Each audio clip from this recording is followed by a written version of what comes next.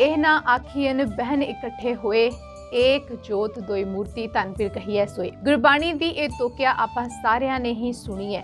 इस तुक दे जरिए दस्या गया है कि पति पत्नी दा रिश्ता, उन्हां दी परिभाषा, किसनूं पति कहा जांदा है, किसनूं पत्नी कहा जांदा है, धन फिर दी परिभाषा दी गई है। ते ये जिहड़ी गल आ एक जोत दोई मूर्ति किवें बनना है, इस नूं चार लावां दा जिहड़ा पाठ है गुरु रामदास जी ने बहुत ही बारीकी दे नाल समझाया है। उहदे विच दो जी जिन्हां दा गृहस्थी जीवन किहो जिहा होना चाहिदा है, इस सब बारे ते आनंद कारज दी रस्म इहो जिही रस्म है जिहड़ी कि सिखां दे परिवारां दे विच बहुत ही महत्वपूर्ण रस्म है। आनंद कारज विच चार लावां दा जो पाठ कीता जांदा है उस सब तो अहम स्थान रखदा है सिखां दे विआह दे विच। आपां सब नूं आनंद कारज दी रस्म दे बारे पता है, पर आनंद कारज है की, किवें कीते जाने चाहिए, कदों कीते जाने चाहिए ने, आनंद कारज की महानता की है, इस आनंद कारज दे विच जिहड़ा लावां दा पाठ कीता जांदा है उस दे जरिए की सिक्ख्या दित्ती जांदी है ते सिक्ख्या की सिर्फ जोड़ी वास्ते हुंदी है, बाकी संगत दे वास्ते नहीं हुंदी। ते लावां दे पाठ नूं लैके पाठी सिंह दे की फर्ज ने, गृहस्थ जीवन दा धर्म दे नाल की अनिखड़वां संबंध है, नाल ही सिख रहत मर्यादा सिखां दा जिहड़ा आनंद संस्कार है उहदे बारे की कहंदी है।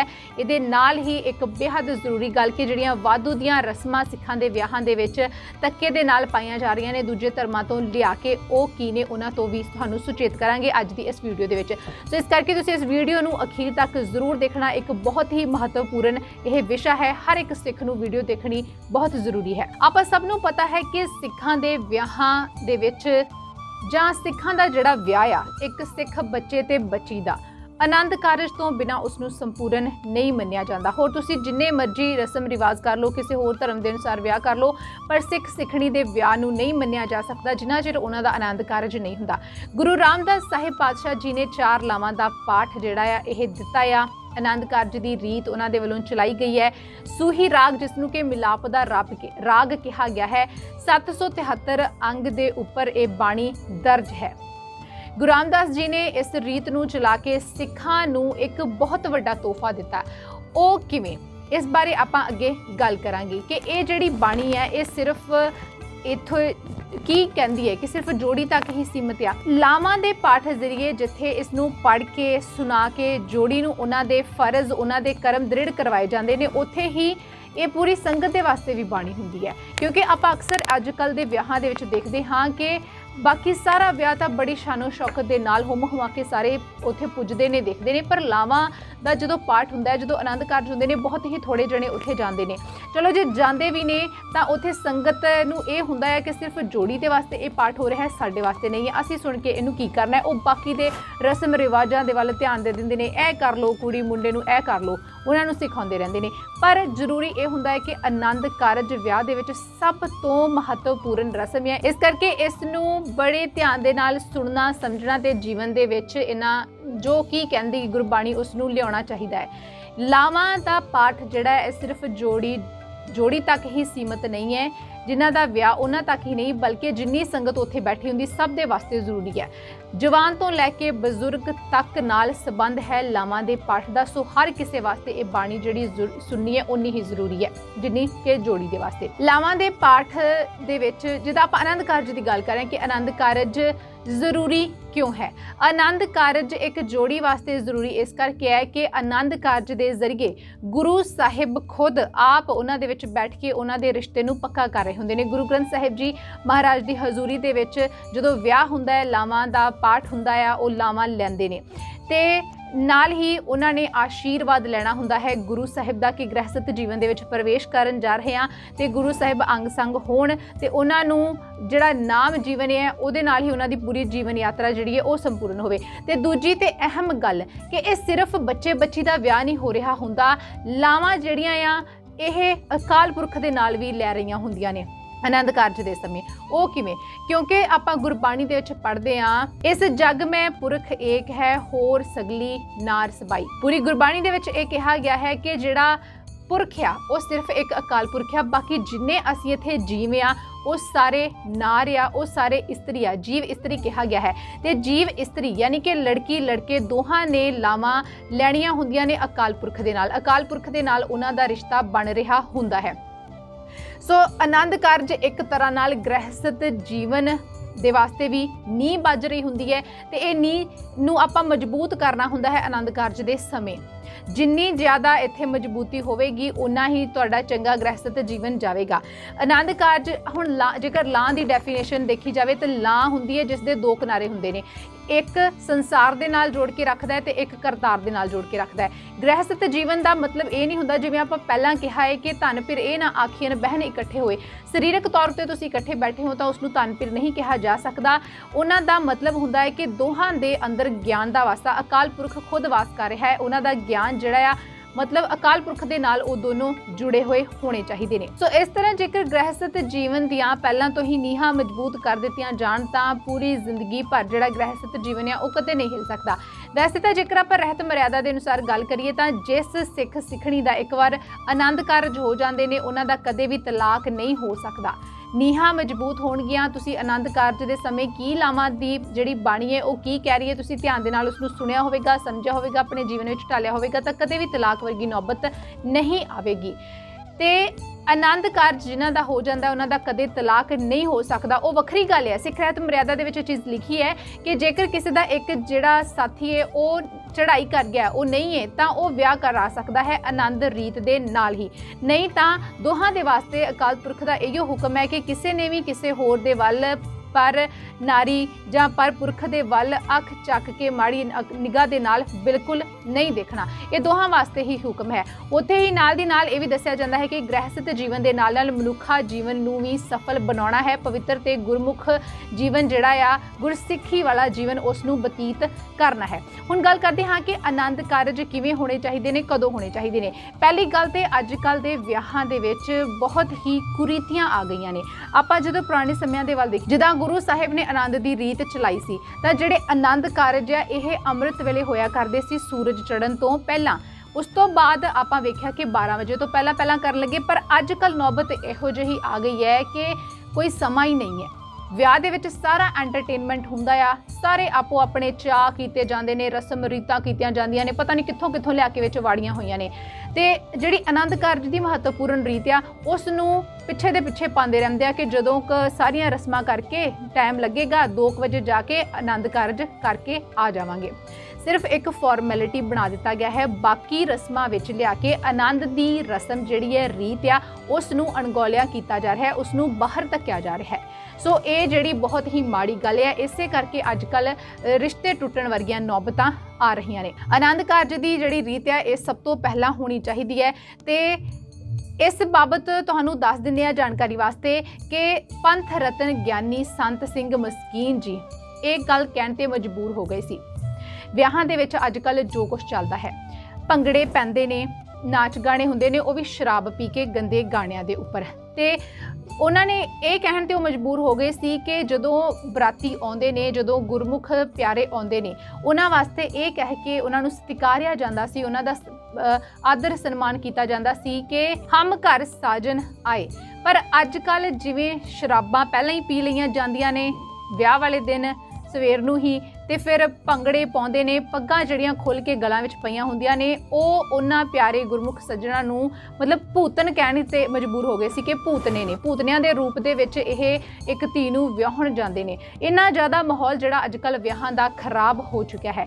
ਤੇ ਆਨੰਦ ਕਾਰਜ ਜਿਹੜਾ ਆ ਉਹ ਕਿਵੇਂ ਕਰਨਾ ਚਾਹੀਦਾ ਹੈ, ਇੱਕ ਬੜੀ ਹੀ ਇਹ ਆਨੰਦਮਈ ਰੀਤ ਆ, ਸਿੰਪਲ ਜੀ ਰੀਤ ਆ। ਇਸ ਵਾਸਤੇ ਕੋਈ ਵੱਖਰਾ ਕੱਪੜਾ ਵਿਛਾਉਣ ਦੀ ਲੋੜ ਨਹੀਂ ਹੁੰਦੀ ਜੋੜੀ ਦੇ ਵਾਸਤੇ, ਕਿਉਂਕਿ ਉਹਨਾਂ ਨੇ ਆਸ਼ੀਰਵਾਦ ਲੈਣ ਜਾਣਾ ਹੁੰਦਾ, ਉਹਨਾਂ ਦਾ ਇਹ ਦਿਨ ਹੁੰਦਾ ਆ। ਗੁਰੂ ਸਾਹਿਬ ਦੀ ਹਜ਼ੂਰੀ ਦੇ ਵਿੱਚ ਉਹਨਾਂ ਆਸ਼ੀਰਵਾਦ ਲੈਣ ਜਾਣਾ ਆ। ਸੋ ਕੋਈ ਵੀ ਵੱਖਰੇ ਗਦੇਲੇ, ਕੋਈ ਵੀ ਤਲਾਈਆਂ ਰਜਾਈਆਂ ਵਿਛਾਉਣ ਦੀ ਲੋੜ ਨਹੀਂ ਹੁੰਦੀ। ਦੋਹਾਂ ਨੇ ਖੜੇ ਹੋ ਕੇ ਲਾਵਾਂ ਦਾ ਪਾਠ ਸੁਣਨਾ ਹੁੰਦਾ ਹੈ, ਇਹ ਲਾਜ਼ਮੀ ਹੈ। ਨਮਸਕਾਰ ਕਰਕੇ ਖੜੇ ਹੋਣਾ ਹੈ, ਹਰ ਇੱਕ ਲਾਮ ਦਾ ਪਾਠ ਖੜੇ ਹੋ ਕੇ ਸੁਣਨਾ ਹੈ ਤੇ ਸੱਜੇ ਪਾਸਿਓਂ ਗੁਰੂ ਸਾਹਿਬ ਦੀ ਪਰਿਕਰਮਾ ਕਰਨੀ ਹੈ। ਇਸ ਤਰ੍ਹਾਂ ਜਿਹੜਾ ਆਸ਼ੀਰਵਾਦ ਗੁਰੂ ਸਾਹਿਬ ਦਾ ਉਹ ਪ੍ਰਾਪਤ ਕਰਨਾ ਹੁੰਦਾ ਹੈ। ਜਦੋਂ ਆਨੰਦ ਕਾਰਜ ਹੁੰਦੇ ਨੇ ਤਾਂ ਆਪਾਂ ਕਈ ਵਾਰ ਇਹ ਸੁਣਦੇ ਹਾਂ ਕਿ ਪਾਠੀ ਸਿੰਘਾਂ ਦੇ ਵੱਲੋਂ ਕਿਹਾ ਜਾਂਦਾ ਹੈ ਕਿ ਬੱਚਾ ਬੱਚੀ ਗ੍ਰਹਿਸਥ ਆਸ਼ਰਮ ਦੇ ਵਿੱਚ ਪ੍ਰਵੇਸ਼ ਕਰ ਰਹੇ ਨੇ। ਤਾਂ ਇੱਥੇ ਦੱਸ ਦਈਏ ਕਿ ਜਿਹੜਾ ਗ੍ਰਹਿਸਥ ਆਸ਼ਰਮ ਆ ਇਹ ਸ਼ਬਦ ਵਰਤਣਾ ਜਾਇਜ਼ ਨਹੀਂ ਹੈ, ਕਿਉਂਕਿ ਇਹ ਚੀਜ਼ ਮਨੂ ਸਿਮਰਤੀਆਂ ਦੇ ਵਿੱਚ ਕਹੀ ਗਈ ਹੈ। ਪਰ ਗੁਰਸਿੱਖਾਂ ਦੇ ਵਿੱਚ ਜਿਵੇਂ ਭਾਈ ਗੁਰਦਾਸ ਜੀ ਨੇ ਬੜੀ ਹੀ ਕਮਾਲ ਦੀ ਗੱਲ ਲਿਖੀ ਹੈ, ਬੜੀ ਸਤਿਕਾਰ ਤੇ ਸਭ ਤੋਂ ਉੱਚਾ ਸਥਾਨ ਦਿੱਤਾ ਹੈ, ਮਹਾਨਤਾ ਨੂੰ ਉਹਨਾਂ ਨੇ ਵੀ ਮੰਨਿਆ ਹੈ ਗ੍ਰਹਿਸਥ ਜੀਵਨ ਦੀ। ਭਾਈ ਗੁਰਦਾਸ ਜੀ ਲਿਖਦੇ ਨੇ, ज्ञानन में ज्ञान अर ध्यानन में ध्यान गुर, सकल धर्म में गृहस्थ प्रधान है। ਸਾਰਿਆਂ ਧਰਮਾਂ ਦੇ ਵਿੱਚੋਂ ਉਹਨਾਂ ਨੇ ਗ੍ਰਹਿਸਤ ਨੂੰ ਪ੍ਰਧਾਨ ਕਿਹਾ ਹੈ ਕਿ ਗ੍ਰਹਿਸਤ ਜੀਵਨ ਸਭ ਤੋਂ ਉੱਚਾ ਹੈ, ਸਭ ਤੋਂ ਵੱਡਾ ਹੈ। ਗ੍ਰਹਿਸਤ ਜੀਵਨ ਦੀ ਮਹਾਨਤਾ ਨੂੰ ਉਹਨਾਂ ਨੇ ਵੀ ਸਵੀਕਾਰਿਆ ਹੈ ਤੇ ਬੜੀ ਕਮਾਲ ਦੀ ਗੱਲ ਉਹਨਾਂ ਨੇ ਇਹ ਲਿਖੀ ਹੈ ਕਿ ਗ੍ਰਹਿਸਤ ਜੀਵਨ ਦੇ ਵਿੱਚ ਹਰ ਇੱਕ ਨੂੰ ਪ੍ਰਵੇਸ਼ ਜ਼ਰੂਰ ਕਰਨਾ ਚਾਹੀਦਾ ਹੈ। ਤੇ ਇਸ ਬਾਬਤ ਕਬੀਰ ਜੀ ਵੀ ਕੁਝ ਲਿਖਦੇ ਨੇ। ਕਬੀਰ ਜੀ ਕਹਿੰਦੇ ਨੇ, ਕਬੀਰ ਜੋ ਗ੍ਰਹਿ ਕਰੇ ਤਾਂ ਧਰਮ ਕਰ, ਨਾ ਨਹੀਂ ਤਾਂ ਕਰ बैराग। कबीर जो ग्रह करे तां धर्म कर, नहीं तां कर बैराग। कबीर जी कहते ने, कबीर जो ग्रह करे तां धर्म कर, नहीं तां कर बैराग। गृहस्थ जीवन दे विच धर्मी बन के रहना है। जेकर नहीं कर सकते तां इस तो चंगा कि बैरागी बन जाओ, पर बैरागी भी तां जेकर तुसी मोह माया तो बिल्कुल ही उच्चे उठ चुके हो। तो इस तरह का कोई नहीं हुंदा जिहड़ा मोह माया तो बिल्कुल ही उपर उठिया पिया होवे, किसी दे नाल भी उन्हां नूं मोह माया बिल्कुल ना होवे। सो गृहस्थ जीवन नूं सब तो महत्वपूर्ण, सब तो प्रधान कहा गया है गुरबाणी दे विच। सब तो जरूरी ते महत्वपूर्ण गल के लावां दा पाठ जदों हुंदा है ਤਾਂ ਇਸ ਦੇ ਅਰਥ ਸਮਝਣੇ ਜੋੜੀ ਦੇ ਵਾਸਤੇ ਵੀ ਬਹੁਤ ਹੀ ਜ਼ਿਆਦਾ ਜ਼ਰੂਰੀ ਹੈ। ਤੇ ਇਹ ਪਾਠੀ ਸਿੰਘ ਦਾ ਵੀ ਫਰਜ਼ ਬਣ ਜਾਂਦਾ ਹੈ ਕਿ ਉਹ ਇਸ ਬਾਣੀ ਦੀ ਵਿਆਖਿਆ ਕਰਕੇ, ਇਸ ਦੇ ਅਰਥ ਕਰਕੇ ਜੋੜੀ ਨੂੰ ਸਮਝਾਉਣ। ਜੇਕਰ ਕੋਈ ਨਹੀਂ ਸਮਝਾਉਂਦਾ ਤਾਂ ਉਹਨਾਂ ਨੂੰ ਇਹ ਗੱਲ ਕਹਿਣੀ ਚਾਹੀਦੀ ਹੈ ਕਿ ਆਨੰਦ ਕਾਰਜ ਕਰਨ ਆਇਆ, ਸਾਨੂੰ ਇਸ ਦੀ ਵਿਆਖਿਆ ਕਰਕੇ ਦੱਸੀ ਜਾਵੇ। ਜੇਕਰ ਤੁਹਾਨੂੰ ਪਹਿਲਾਂ ਤੋਂ ਨਹੀਂ ਪਤਾ ਲਾਵਾਂ ਕੀ ਕਹਿੰਦੀਆਂ ਨੇ, ਲਾਵਾਂ ਦੀ ਵਿਆਖਿਆ ਕੀ ਹੈ। ਲਾਵਾਂ ਦੇ ਜ਼ਰੀਏ ਜਿੱਥੇ ਉਹਨਾਂ ਨੂੰ ਪਤੀ ਪਤਨੀ ਬ੍ਰਤ ਧਰਮ ਦੇ ਵਿੱਚ ਪੱਕੇ ਰਹਿਣ ਦੀ ਪ੍ਰੇਰਨਾ ਦਿੱਤੀ ਜਾਂਦੀ ਹੈ, ਉੱਥੇ ਹੀ ਇਹ ਵੀ ਸਮਝਾਇਆ ਜਾਂਦਾ ਹੈ ਕਿ ਦੋਵੇਂ ਬੱਚਾ ਬੱਚੀ, ਲੜਕੀ ਤੇ ਲੜਕਾ, ਉਹਨਾਂ ਨੇ ਇੱਕ ਦੂਜੇ ਦੇ ਮਾਤਾ ਪਿਤਾ, ਪਰਿਵਾਰ, ਸਕੇ ਸੰਬੰਧੀਆਂ ਨੂੰ ਆਪਣੇ ਕਰਕੇ ਜਾਣਨਾ ਹੈ। ਜਿੰਨਾ ਤੁਸੀਂ ਆਪਣੇ ਨੂੰ ਪਿਆਰ ਕਰਦੇ ਹੋ, ਆਦਰ ਸਤਿਕਾਰ ਕਰਦੇ ਹੋ, ਉਨਾ ਹੀ ਅਗਲੇ ਦਾ ਕਰਨਾ। ਇਹਦੇ ਨਾਲ ਲੜਕਾ ਲੜਕੀ ਦੋਵੇਂ ਸੁਖੀ ਰਹਿਣਗੇ, ਉਹਨਾਂ ਦੇ ਪਰਿਵਾਰ ਵਾਲੇ ਵੀ ਸੁਖੀ ਹੀ ਰਹਿਣਗੇ। ਨਾਲ ਹੀ ਲਾਵਾਂ ਦੇ ਪਾਠ ਜ਼ਰੀਏ ਧਰਮ ਦੀ ਗੱਲ, ਕਰਮ ਦੀ ਗੱਲ, ਸਹਿਜ ਤੇ ਬੈਰਾਗ ਦੀ ਗੱਲ ਜਿਹੜੀ ਹੈ ਉਸ ਦੀ ਵਿਆਖਿਆ, ਇਹ ਪਾਠੀ ਸਿੰਘ ਦਾ ਫਰਜ਼ ਬਣਦਾ ਹੈ ਕਿ ਉਸ ਦੀ ਵਿਆਖਿਆ, ਉਸ ਦੇ ਅਰਥ ਕਰਕੇ ਬੱਚੇ ਬੱਚੀ ਨੂੰ ਸਮਝਾਏ ਜਾਣ। ਜਿਵੇਂ ਜਪਜੀ ਸਾਹਿਬ ਦੇ ਵਿੱਚ 4 ਅਵਸਥਾਵਾਂ ਆਈਆਂ ਨੇ, ਧਰਮ ਖੰਡ, ਗਿਆਨ ਖੰਡ, ਸਰਮ ਖੰਡ, ਸੱਚਖੰਡ, ਕਰਮ ਖੰਡ। ਉਸੇ ਤਰ੍ਹਾਂ ਇਹਨਾਂ ਲਾਵਾਂ ਦੇ ਵਿੱਚ ਵੀ ਉਸੇ ਗੱਲ ਨੂੰ ਸਮਝਾਇਆ ਗਿਆ ਹੈ। ਪਹਿਲੜੀ ਲਾਮ ਦੇ ਵਿੱਚ ਧਰਮ ਖੰਡ ਦੀ ਅਵਸਥਾ ਬਿਆਨ ਕੀਤੀ ਗਈ ਹੈ, ਦੂਜੀ ਦੇ ਵਿੱਚ ਗਿਆਨ ਖੰਡ, ਤੀਜੀ ਦੇ ਵਿੱਚ ਸਰਮ ਖੰਡ, ਚੌਥੀ ਦੇ ਵਿੱਚ ਕਰਮ ਖੰਡ ਤੇ ਸੱਚਖੰਡ ਦੀ।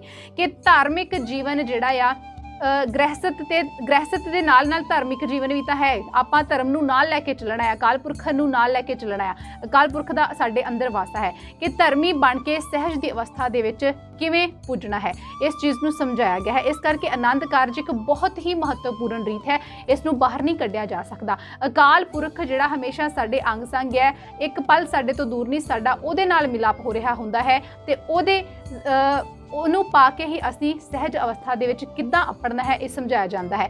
ਗ੍ਰਹਿਸਥ ਜੀਵਨ ਦੇ ਨਾਲ ਨਾਲ ਮਨੁੱਖਾ ਜੀਵਨ ਦੋਨਾਂ ਨੂੰ ਸਫਲ ਬਣਾਉਣ ਦੀ ਜਿਹੜੀ ਕਲਾ ਆ, ਜਿਹੜਾ ਗਿਆਨ ਆ, ਉਹ ਆਨੰਦ ਕਾਰਜ ਦੇ ਜ਼ਰੀਏ ਦੱਸਿਆ ਜਾਂਦਾ ਹੈ। ਸੋ ਪਾਠੀ ਸਿੰਘ ਦਾ ਇਹ ਫਰਜ਼ ਬਣਦਾ ਹੈ ਕਿ ਉਹ ਜੋੜੀ ਨੂੰ ਪ੍ਰੇਮ ਦੇ ਦੁਆਰਾ ਏਕ ਜੋਤ ਦੋਏ ਮੂਰਤੀ ਕਿਵੇਂ ਹੋਣਾ ਹੈ ਇਹ ਦੱਸੇ ਤੇ ਗ੍ਰਹਿਸਥ ਜੀਵਨ ਨੂੰ ਨਿਭਾਉਂਦੇ ਹੋਏ ਆਪਣੇ ਉਹਨਾਂ ਦੋਹਾਂ ਦੇ ਸਾਂਝੇ ਪ੍ਰੀਤਮ ਮਾਲਕ ਅਕਾਲ ਪੁਰਖ ਦੇ ਨਾਲ ਇੱਕਮਿਕ ਕਿਵੇਂ ਹੋਣਾ ਹੈ, ਇਸ ਦਾ ਵੀ ਉਹਨਾਂ ਨੂੰ ਦੱਸਿਆ ਜਾਵੇ। ਜਦੋਂ ਮਨੁੱਖ ਧਰਮ ਦੀ ਮਰਿਆਦਾ ਦੇ ਵਿੱਚ ਰਹਿ ਕੇ ਚੱਲਦਾ ਹੈ ਤਾਂ ਉਹ ਗੁਰੂ ਦੇ ਘਰ ਤੱਕ ਪਹੁੰਚਦਾ ਹੈ, ਉਸ ਦਾ ਅਕਾਲ ਪੁਰਖ ਦੇ ਨਾਲ ਮਿਲਾਪ ਹੁੰਦਾ ਹੈ।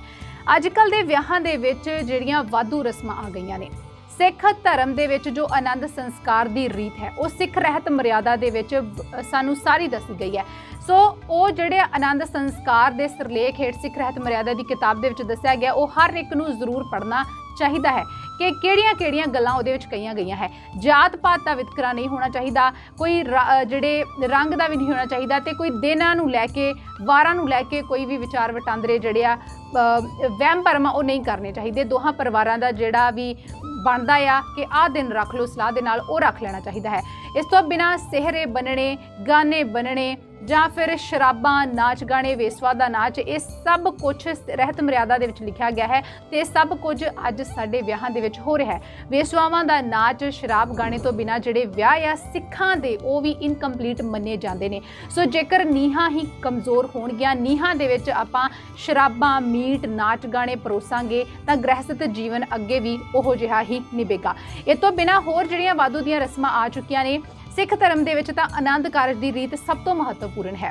ਸੋ ਆਨੰਦ ਕਾਰਜ ਦਾ ਇੱਕ ਬਾਕਾਇਦਾ ਦਿਨ ਵੱਖਰੇ ਤੌਰ ਤੇ ਕੱਢਣਾ ਚਾਹੀਦਾ ਹੈ। ਬਾਕੀ ਦੇ ਜਿਹੜੇ ਮਨੋਰੰਜਨ ਕਰਨੇ ਉਹ ਕਰਦੇ ਰਹੋ, ਪਰ ਆਨੰਦ ਕਾਰਜ ਵਾਸਤੇ ਇੱਕ ਦਿਨ ਹੋਣਾ ਚਾਹੀਦਾ ਹੈ ਮਿੱਥਿਆ, ਤੇ ਸਮੇਂ ਦੇ ਉੱਤੇ ਜਾ ਕੇ ਗੁਰੂ ਘਰ ਜਾ ਕੇ ਲਾਮਾ ਫੇਰੇ ਜਿਹੜੇ ਆ ਉਹ ਕਰਨੇ ਚਾਹੀਦੇ ਨੇ। ਵਾਧੂ ਦੀਆਂ ਰਸਮਾਂ ਦੀ ਜੋ ਆਪਾਂ ਗੱਲ ਕਰ ਰਹੇ ਹਾਂ, ਜਿਵੇਂ ਕਿ ਹੋਰ ਧਰਮਾਂ ਦੇ ਵਿੱਚ ਹੁੰਦਾ ਹੈ, ਉਹ ਸਭ ਕੁਝ ਸਾਡੇ ਧਰਮ ਦੇ ਵਿੱਚ ਵੀ ਆ ਰਿਹਾ ਹੈ। ਰਿੰਗ ਸੈਰੇਮਨੀ ਵੀ ਹੁੰਦੀ ਹੈ, ਜੈਮਾਲਾ ਦੀ ਰਸਮ ਵੀ ਕੀਤੀ ਜਾਂਦੀ ਹੈ, ਤੇ ਹੋਰ ਬਥੇਰਾ ਕੁਝ, ਚੁੰਨੀ ਚੜਾਵਾ ਵੀ ਕਹਿ ਦਿੱਤਾ ਜਾਂਦਾ ਹੈ। ਤੁਹਾਨੂੰ ਦੱਸ ਦਿੰਦੇ ਹਾਂ ਕਿ ਇਹ ਜਿਹੜੀਆਂ ਰਸਮਾਂ ਆ, ਇਹ 27 ਲੋਕਾਂ ਦੇ ਵਿੱਚ ਹੁੰਦੀ ਹੈ। ਰਿੰਗ ਸੈਰੇਮਨੀ, ਮੁੰਦਰੀ ਵਟਾਉਣੀ, ਉਹ ਤੋਂ ਬਿਨਾਂ ਉਹਨਾਂ ਦਾ ਵਿਆਹ ਜਿਹੜਾ ਉਹ ਇਨਕੰਪਲੀਟ ਮੰਨਿਆ ਜਾਂਦਾ ਹੈ। ਇਸੇ ਤਰ੍ਹਾਂ ਇੱਕ ਕਿਸੇ ਹੋਰ ਦੇ ਮਤ ਦੇ ਵਿੱਚ ਹੈਗਾ ਆ ਕਿ ਉਹ ਚੁੰਨੀ ਚੜਾਵਾ ਕਰਦੇ ਨੇ, ਧੀ ਦੇ ਸਿਰ ਉੱਤੇ ਖੜੇ ਹੋ ਕੇ ਚੁੰਨੀ ਦਿੰਦੇ ਨੇ ਤੇ ਉਹਨੂੰ ਚੁੰਨੀ ਚੜਾਵਾ ਕਿਹਾ ਜਾਂਦਾ ਹੈ, ਉਹ ਲੈ ਜਾਂਦੇ ਆਪਣੇ ਘਰ। ਪਰ ਸਾਡੇ ਧਰਮ ਦੇ ਵਿੱਚ ਜੇਕਰ ਕੋਈ ਸਿੰਪਲ ਵਿਆਹ ਕਰਦਾ ਹੈ, ਆਨੰਦ ਕਾਰਜ ਕਰਦਾ ਹੈ, ਤਾਂ ਉਸ ਨੂੰ ਚੁੰਨੀ ਚੜਾਵਾ ਕਹਿ ਦਿੱਤਾ ਜਾਂਦਾ ਹੈ। ਚੁੰਨੀ ਚੜਾਵਾ ਸਿੱਖਾਂ ਦੇ ਵਿੱਚ ਨਹੀਂ ਹੁੰਦਾ, ਸਿੱਖਾਂ ਦੇ ਵਿੱਚ ਸਿਰਫ ਆਨੰਦ ਕਾਰਜ ਹੀ ਹੁੰਦਾ ਹੈ। ਤੇ ਇਹਦੇ ਤੋਂ ਬਿਨਾਂ ਜੇਕਰ ਹੁਣ ਆਪਾਂ ਹਿੰਦੂਆਂ ਦੀ ਗੱਲ ਕਰੀਏ, ਉਹਨਾਂ ਦੇ ਵਿੱਚ ਜੈਮਾਲਾ ਪਾਈ ਜਾਂਦੀ ਹੈ। ਜੈਮਾਲਾ ਉਹਨਾਂ ਦੇ ਵਾਸਤੇ ਜ਼ਰੂਰੀ ਹੈ। ਆਪੋ ਆਪਣੇ ਧਰਮ ਦੇ ਵੱਖੋ ਵੱਖਰੇ ਰਸਮ ਰਿਵਾਜ ਨੇ। ਜੇ ਮੁਸਲਮਾਨ ਆ, ਉਹਨਾਂ ਦੇ ਵਿੱਚ ਨਿਕਾਹ ਪੜਿਆ ਜਾਂਦਾ ਹੈ, ਉਹ 3 ਵਾਰ ਬੋਲਦੇ ਨੇ ਕਬੂਲ ਹੈ, ਕਬੂਲ ਹੈ, ਕਬੂਲ ਹੈ। ਉਹ ਜੇਕਰ ਉਹਨਾਂ ਨੂੰ ਕਹਿ ਦਈਏ ਕਿ ਤੁਸੀਂ ਨਿਕਾਹ ਨਾ ਪੜੋ, ਤੁਸੀਂ ਜੈਮਾਲਾ ਨਾ ਪਾਵੋ, ਤੇ ਤੁਸੀਂ ਸਾਡੇ ਹੋਰ ਕਿਸੇ ਤਰੀਕੇ ਦੇ ਨਾਲ ਜਿਹੜਾ ਨਿਕਾਹ ਆ ਉਹ ਕਰ ਲਓ, ਵਿਆਹ ਕਰ ਲਓ, ਤਾਂ ਉਹ ਨਹੀਂ ਮੰਨਣਗੇ। ਉਹ ਕਹਿਣਗੇ ਕਿ ਸਾਡੇ ਤੇ ਇੱਥੇ ਇਦਾਂ ਹੀ ਹੁੰਦਾ ਹੈ। ਪਰ ਆਪਣੇ ਧਰਮ ਦੇ ਵਿੱਚ, ਸਿੱਖਾਂ ਦੇ ਆਨੰਦ ਕਾਰਜ ਦੇ ਵਿੱਚ ਬਹੁਤ ਸਾਰੀਆਂ ਇਹ ਵਾਧੂ ਦੀਆਂ ਕੁਰੀਤੀਆਂ ਕਹਿ ਸਕਦੇ ਹਾਂ ਕਿ ਵਾੜੀਆਂ ਜਾ ਰਹੀਆਂ ਨੇ, ਕਿਉਂਕਿ ਅਸੀਂ ਕਿਸੇ ਨੂੰ ਨਾਰਾਜ਼ ਨਹੀਂ ਕਰਨਾ ਚਾਹੁੰਦੇ। ਅਸੀਂ ਸਾਰੇ ਧਰਮਾਂ ਨੂੰ ਵਿੱਚ ਲੈ ਕੇ ਚੱਲਦੇ ਹਾਂ। ਅਸੀਂ ਜੈਮਾਲਾ ਵੀ ਕਰ ਲਈ, ਰਿੰਗ ਸੈਰੇਮਨੀ ਵੀ ਕਰ ਲਈ, ਚੁੰਨੀ ਚੜਾਵਾ ਵੀ ਕਰ ਲਿਆ, ਹੋਰ ਬਥੇਰਾ ਕੁਝ ਪਤਾ ਨਹੀਂ ਕੀ ਕੁਝ ਆ ਰਿਹਾ ਹੈ। ਸੋ ਚਾਹੇ ਜੋ ਵੀ ਕਰਨਾ ਹੈ ਕਰੋ, ਪਰ ਆਨੰਦ ਕਾਰਜ ਦੀ ਜਿਹੜੀ ਰੀਤ ਆ ਉਸ ਵਾਸਤੇ ਇੱਕ ਸਪੈਸ਼ਲ ਦਿਨ ਹੋਣਾ ਚਾਹੀਦਾ ਆ। ਸਭ ਤੋਂ ਪਹਿਲਾਂ ਆਨੰਦ ਕਾਰਜ ਹੋਣੇ ਚਾਹੀਦੇ ਆ, ਬਾਕੀ ਦੇ ਕੰਮ ਬਾਅਦ ਦੇ ਵਿੱਚ। ਸੋ ਜਿੱਦਾਂ ਆਪਾਂ ਪਹਿਲਾਂ ਕਿਹਾ ਕਿ ਨੀਂਹ ਰੱਖ ਹੋਣੀ ਹੁੰਦੀ ਹੈ ਆਨੰਦ ਕਾਰਜ ਦੇ ਸਮੇਂ, ਤੇ ਜੇਕਰ ਨੀਂਹ ਮਜ਼ਬੂਤ ਹੋਵੇਗੀ, ਨੀਹਾਂ ਦੇ ਵਿੱਚ ਬਾਣੀ ਦਾ ਉਪਦੇਸ਼ ਦ੍ਰਿੜ ਕਰਵਾਇਆ ਗਿਆ ਹੋਵੇਗਾ, ਕੀਤਾ ਗਿਆ ਹੋਵੇਗਾ, ਤਾਂ ਗ੍ਰਹਿਸਥ ਜੀਵਨ, ਮਨੁੱਖਾ ਜੀਵਨ ਦੋਨੋਂ ਹੀ ਸਫਲੇ ਹੋਣਗੇ। ਆਨੰਦ ਕਾਰਜ ਦੇ ਸਮੇਂ ਕਦੇ ਨਾ ਨਾਸ ਹੋਣ ਵਾਲੇ ਕਾਲ ਪੁਰਖ ਦੇ ਨਾਲ ਲੜਕੇ ਲੜਕੀ ਦੋਹਾਂ ਦਾ, ਜੀਵ ਇਸਤਰੀ ਦਾ ਮਿਲਾਪ ਹੋਣਾ ਹੁੰਦਾ ਹੈ। ਸੋ ਇਸ ਬਾਣੀ ਨੂੰ ਬੜੇ ਹੀ ਧਿਆਨ ਦੇ ਨਾਲ ਸੁਣਨਾ ਚਾਹੀਦਾ ਹੈ, ਸਮਝਣਾ ਚਾਹੀਦਾ ਹੈ, ਤੇ ਇਸ ਨੂੰ ਜੀਵਨ ਦੇ ਵਿੱਚ ਲਿਆਉਣਾ ਚਾਹੀਦਾ ਹੈ, ਅਪਣਾਉਣਾ ਚਾਹੀਦਾ ਹੈ। ਤੇ ਇੱਕ ਗੁਰਬਾਣੀ ਦੀ ਤੁਕ, ਇਸ ਜਗ ਮਹਿ ਪੁਰਖ ਏਕ ਹੈ, ਹੋਰ ਸਗਲੀ ਨਾਰ ਸਬਾਈ, ਇਸ ਨੂੰ ਕਦੇ ਨਹੀਂ ਭੁੱਲਣਾ ਚਾਹੀਦਾ। ਆਪੋ ਆਪਣੇ ਸਾਰੇ ਵਿਤਕਰੇ ਖਤਮ ਹੋ ਜਾਣਗੇ। ਸੋ ਅੱਜ ਦੀ ਸਾਡੀ ਇਹ ਖਾਸ ਵਿਸ਼ੇ ਦੇ ਉੱਤੇ, ਆਨੰਦ ਕਾਰਜ ਦੇ ਉੱਤੇ ਬਣਾਈ ਵੀਡੀਓ ਕਿਹੋ ਜਿਹੀ ਲੱਗੀ, ਤੁਸੀਂ ਆਪਣੇ ਕੀਮਤੀ ਸੁਝਾਅ ਸਾਨੂੰ ਕਮੈਂਟ ਬਾਕਸ ਦੇ ਵਿੱਚ ਜ਼ਰੂਰ ਦੱਸਿਓ।